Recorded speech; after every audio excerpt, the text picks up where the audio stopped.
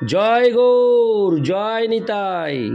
আজ 23শে ভাদ্র 1431 ও 9ই সেপ্টেম্বর 2025 মঙ্গলবার। আজ আমি চৈতন্য চরিতামৃত পাঠ করছি। আজ আমি পাঠ করছি চৈতন্য চরিতামৃতের মধ্যলীলা প্রথম খণ্ড, নবম পরিচ্ছেদ। শ্রী চৈতন্য মহাপ্রভুর দক্ষিণ ভারতের তীর্থ পর্যটনের শ্লোক 39 থেকে 48। নারায়ণ হে নারায়ণ,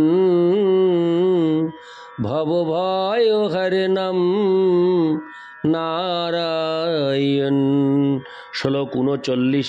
তাহা হইতে চলি আগে গেলা এক গ্রামে, ব্রাহ্মণ সমাজ তাহা করিল বিশ্রামে। শ্লোকার্থ। তারপর শ্রী চৈতন্য মহাপ্রভু বৃদ্ধকাশী ত্যাগ করে এগিয়ে চললেন। এক গ্রামে তিনি দেখলেন যে সেখানে অধিকাংশ অধিবাসীরাই ব্রাহ্মণ।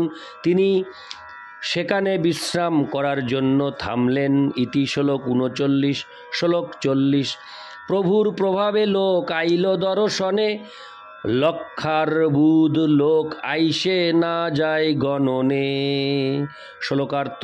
শ্রী চৈতন্য মহাপ্রভুর প্রভাবে লক্ষ লক্ষ লোক তাকে দর্শন করতে এসেছিলেন। তখন এত লোক সমাগম হয়েছিল যে তা গণনা করা সম্ভব ছিল না। ইতি শ্লোক 40। শ্লোক 41।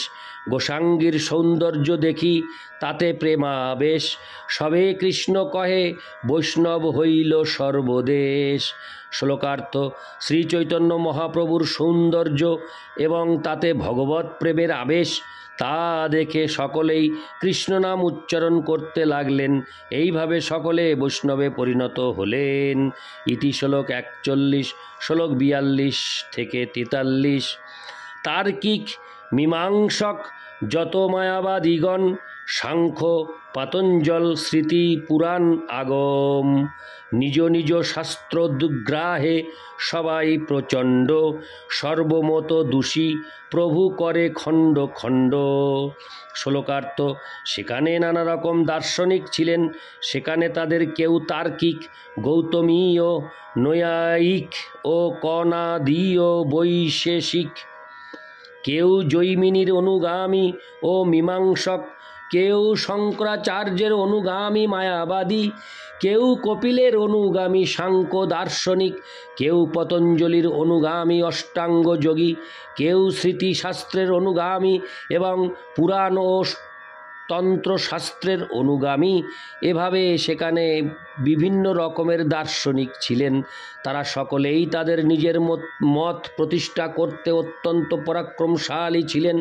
কিন্তু শ্রী চৈতন্য মহাপ্রভু সেই সমস্ত মতের ভ্রান্তি প্রদর্শন করে তাদের সিদ্ধান্তকে খণ্ড খণ্ড করলেন। ইতি শ্লোক 42 থেকে 43।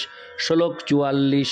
সর্বত্র স্থাপয় প্রভু বৈষ্ণব সিদ্ধান্তে, প্রভুর সিদ্ধান্ত কেহ না পারে খণ্ডিতে। শ্লোকার্থ।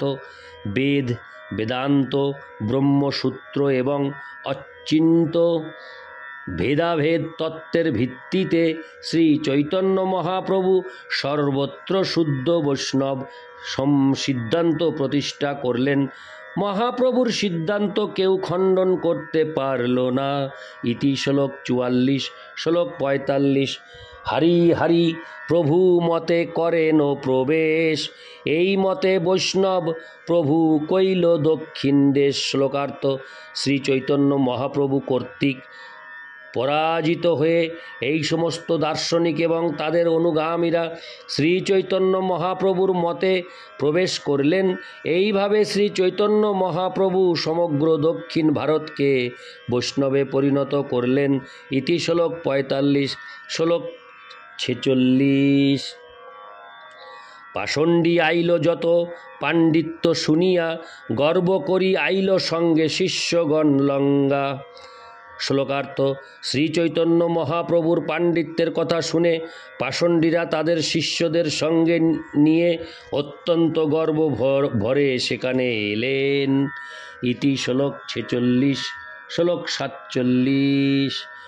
বৌদ্ধাচার্য মহাপণ্ডিত নিজ নব মতে, হরে কৃষ্ণ, নিজ নবমতে প্রভুর আগে উদ্গ্রাহ করি লাগিলা বলিতে। শ্লোকার্থ, তাদের মধ্যে একজন হচ্ছেন মহাপণ্ডিত বৌদ্ধ আচার্য। তাদের নবমত প্রতিষ্ঠা করার জন্য শ্রী চৈতন্য মহাপ্রভুর সঙ্গে তারা তর্কের অবতারণা করলেন। ইতি শ্লোক 47। শ্লোক 48।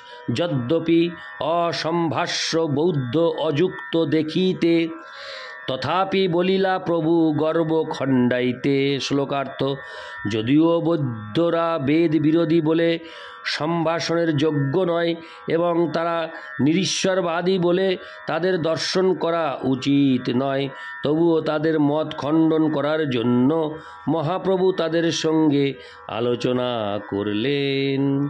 ইতি শ্লোক 48। নারায়ণ হে নারায়ণ, ভবভয় হরিণম নারায়ণ। জয় গৌর, জয় নিতাই।